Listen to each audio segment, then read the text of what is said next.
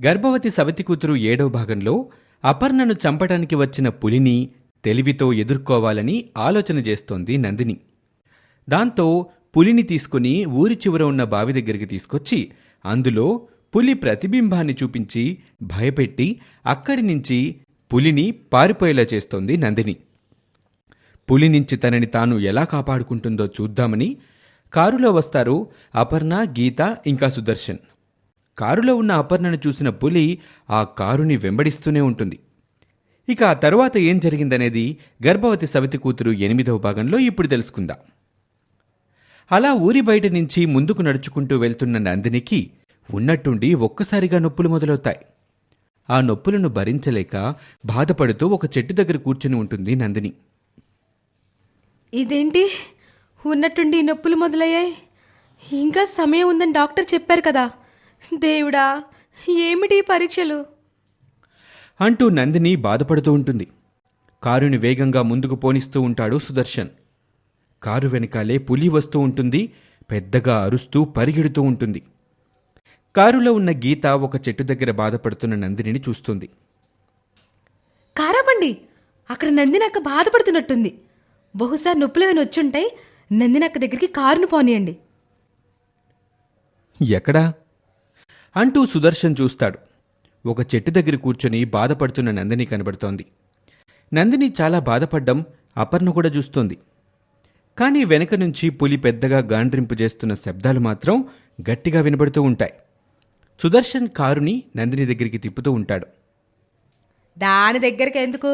వెనక నుండి మనల్ని చంపడానికి పులి వస్తుంటే దాని దగ్గరికి వెళ్దామని అంటారేంటి? మీకు నిజంగా బుద్ధుందా? ఆ మాట విని గీత కోపం తెచ్చుకుంటుంది. ఉంది కాబట్టే వెళ్ళి నందినిని కాపాడదామని అనుకుంటున్నాం. ఆ పులి వచ్చి మన ముగ్గురిని చంపేస్తుంది గీత, నీకు అర్థం కావట్లేదు. నిన్ను కాపాడటానికి తన ప్రాణాలను కూడా లెక్క చేయలేదు నందిని. అలాంటిది ఇప్పుడు తను అక్కడ బాధపడుతూ ఉంటే నువ్వు చస్తే చావని వదిలిపెట్టి వెళ్ళిపోదామంటావా అని గీత అంటూ ఉండగానే సుదర్శన్ కారుని తిప్పి నందిని వైపు పోనిస్తూ ఉంటాడు. అంతే, కారుకు ఎదురుగా ఉన్న కొద్ది దూరంలో పులి నిలబడి ఉంటుంది. అది చూసిన సుదర్శన్ కంగారు పడుతూ గట్టిగా బ్రేక్స్ నొక్కుతాడు. అంతే, కారు ఉన్నట్టుండి సడన్గా ఆగిపోతుంది. ఎదురుగా దగ్గరగా ఉన్న పులిని చూసి ముగ్గురు భయపడుతూ ఉంటారు. పులి ఆ కారు దగ్గరికి నడుచుకుంటూ వస్తూ ఉంటుంది. సుదర్శన్ కారుని స్టార్ట్ చేసే పనిలో ఉంటాడు. అతను ఎంత ప్రయత్నం చేసినా కారు స్టార్ట్ అవ్వదు. అపర్ణ కోపంగా సుదర్శన్ని, గీతని తిడుతూ ఉంటుంది. ఏమైందిరా సచ్చినోడా, కారుని స్టార్ట్ చేయి. ఆ పులి మన దగ్గరికి వచ్చేలోపు కారుని స్టార్ట్ చేయలేదో నా చేతిలో నీకు చావు మూడింది బక్కనా కొడక. వాట్?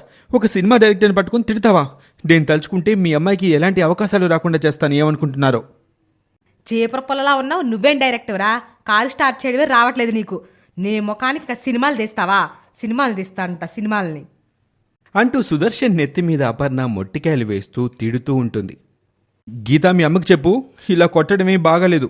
ఇలాగైతే నిన్ను హీరోయిన్ చేయను నేను. నువ్వో సినిమా డైరెక్టర్ అని చెప్పరా ఆ పులికి. నిన్ను ప్రాణాలతో వదిలిపెడుతున్నావు, చూద్దాం. పులి కారు దగ్గరగా వస్తూ ఉంటుంది. అక్కడ చెట్టు దగ్గర నందిని నొప్పులతో బాధపడుతూ ఉంటుంది. సుదర్శన్ కారు ఉన్నట్టుండి సడన్గా స్టార్ట్ అవుతోంది. అంతే, ఒక్క క్షణం పోయిన ప్రాణం తిరిగొచ్చినట్టు జరుగుతోంది ఆ ముగ్గురికి. దాంతో ఇక ఏమాత్రం ఆలస్యం చేయకుండా అక్కడి నుంచి కారులో బయలుదేరతారు. చెట్టు దగ్గర నందిని నొప్పులతో బాధపడుతూనే ఉంటుంది. అది చూసిన పులి నందిని దగ్గరికి వస్తుంది. బాధపడుతున్న నందినిని చూస్తుంది ఆ పులి. అమ్మా దుర్గమ్మ తల్లి, పులి నీ వాహనం అంటారు. నువ్వు చెప్తే వింటుందంటారు.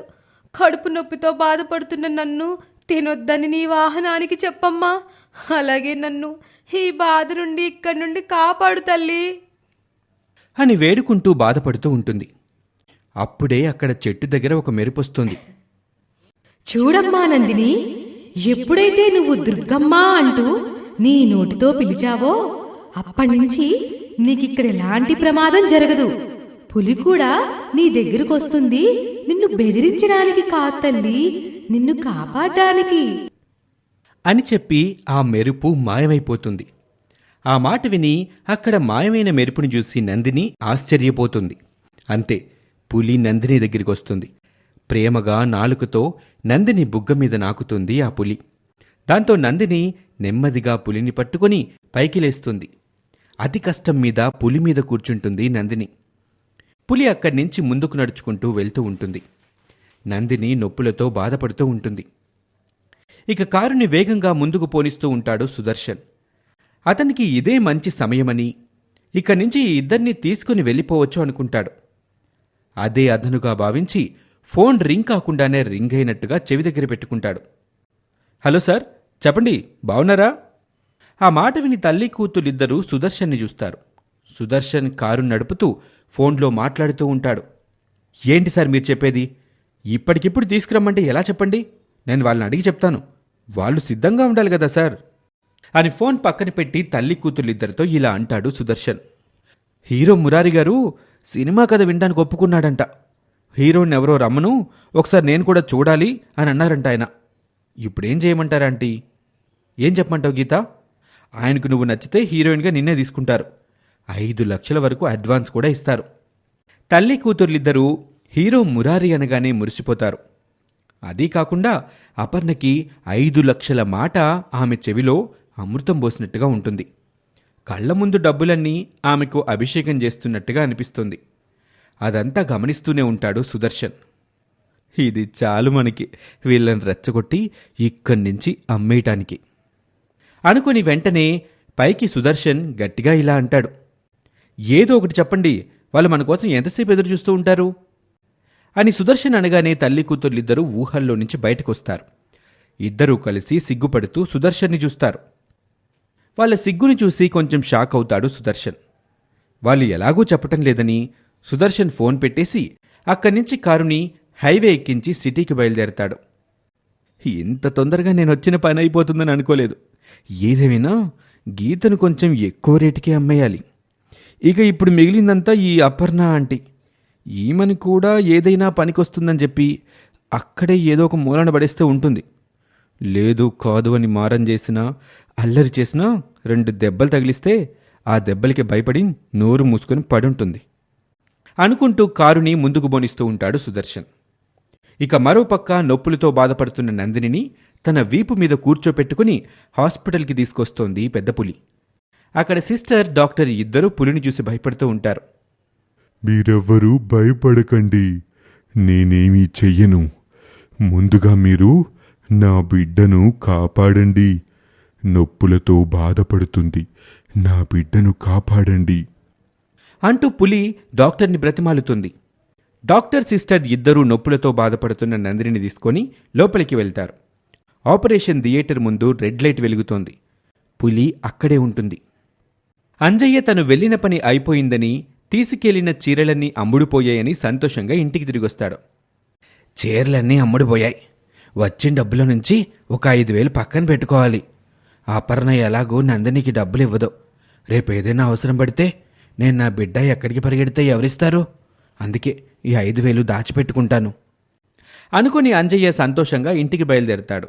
పాపం అతనికి తెలియదు కదా, తన రెండో భార్య అపర్ణ స్వార్థంతో ఆలోచించి గర్భవతి సవతి కూతుర్ను చంపాలని చేసిన ప్రయత్నాలకు తమ కుటుంబం చిన్నభిన్నమైందని, ఇప్పుడు ఒకరికి ఒకరు కాకుండా ఎవరు ఎక్కడ ఉన్నారో ఎవరికీ తెలియకుండా తమ కుటుంబ పరిస్థితి ఉందని అంజయ్యకి తెలీదు. ఒకవేళ తెలిసినా తర్వాత అంజయ్ ఏం చేస్తాడో మరి. ఇక సుదర్శన్ కారును తీసుకెళ్లి ఒక ఇంటి ముందు ఆపుతాడు. అపర్ణ, గీత, సుదర్శన్ ముగ్గురు కారు దిగుతారు. ముగ్గురు నడుచుకుంటూ ఆ ఇంట్లోపలికి వెళ్తారు. అపర్ణ, గీత ఆ ఇంటిని పరిశీలనగా చూస్తారు. అది చాలా పెద్ద ఇల్లు, రాజభవనంలా ఉంటుంది. పైగా ఇల్లంతా చల్లగా ఉంటుంది. సుదర్శన్, ఈ ఇల్లు ఎవరిదే? చెప్పడం మర్చిపోయాను ఆంటీ, గీత, ఈ ఇల్లు నాదే. ఇక నుంచి మా నది. మన ముగ్గురం ఇక్కడే కలిసి ఉంటున్నాం. మీరు స్నానాలు చేసుకొని రెడీ కండి. మీకు కావాల్సిన బట్టలు ఆ రూమ్లో ఉంటాయి, వెళ్ళండి. ఈలోగా నేను మనకి కాఫీ పెట్టి తీసుకొస్తాను అని చెప్పేసి అక్కడి నుంచి సుదర్శన్ వంటగదిలోకి వెళ్తాడు. అపర్ణ, గీత ఇద్దరూ హాల్లో నుంచి సుదర్శన్ చూపించిన రూమ్లోకి వెళ్తారు. ఆ రూమ్లో అన్ని మేకప్ కిట్స్ ఉంటాయి. అమ్మాయిల బట్టలు, చీరలు, డ్రెస్లతో పాటు రకరకాల చెప్పులు కూడా అక్కడ ఉంటాయి. గీత, రేపు నువ్వు కూడా పెద్ద హీరోయిన్ అయ్యాక మనకి ఇలాంటి ఇల్లు ఒకటి కొనాలి గీత. ఇక వంటగదిలోకి వచ్చిన సుదర్శన్ స్టవ్ మీద పాలు పెడతాడు. అవి మరుగుతూ ఉంటాయి. ఆ పాలను గ్లాసుల్లో పోస్తాడు సుదర్శన్. అప్పుడే ఆ పాలల్లో 2 మత్తు గోళీలు వేస్తాడు. ఇక మరోపక్క అంజయ్య ఇంటికి వెళ్తూ ఉంటాడు. హాస్పిటల్లో ఆపరేషన్ థియేటర్లో నందిని నొప్పులు పడుతూ ఉంటుంది. పులి రెడ్ లైట్ను చూస్తూ కంగారు పడుతూ ఉంటుంది. ఈ మత్తు కలిపిన పాలని తాగండి, ఆ తరువాత మీ జీవితాలు ఎలా చిత్తవుతాయో తెలుస్తుంది అని సుదర్శన్ అనుకుంటూ ఆ పాలను తీసుకుని హాల్లోకి వస్తాడు. టీపాయ్ మీద పెడతాడు. ఉమ్మడి కుటుంబం, ఊరికొకరయ్యారు. ఇక ఆ తర్వాత ఇంకేమవుతోందనేది గర్భవతి సవితి కూతురు 9వ భాగంలో మనం తెలుసుకుందాం. ఈ స్టోరీ మీకు నచ్చితే లైక్ చేయండి, కమెంట్ చేయండి. ఇలాంటి ఇంట్రెస్టింగ్ స్టోరీస్ కోసం మా ఛానల్ని వెంటనే సబ్స్క్రైబ్ చేసుకోండి. Thank you for watching.